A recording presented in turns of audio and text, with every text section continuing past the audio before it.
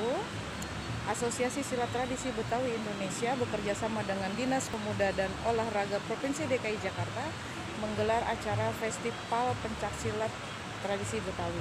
Saat ini saya sedang berada di lokasi di mana tepat pada Gedung Olahraga Ciracas, Jakarta Timur. Ya, insya Allah pelaksanaannya pada Sabtu Minggu 20-21 April 2019. Saat ini sedang berlangsung technical meeting.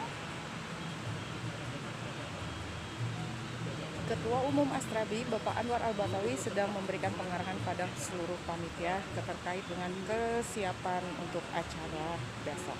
Bagaimana? Yuk datang sama-sama kita saksikan bagaimana silat Betawi menuju UNESCO dan silat maju Indonesia Jaya, lestarikan seni dan budaya Betawi dan dari tradisi menuju prestasi.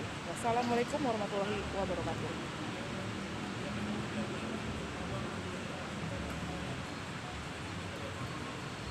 Nana Sandis melaporkan.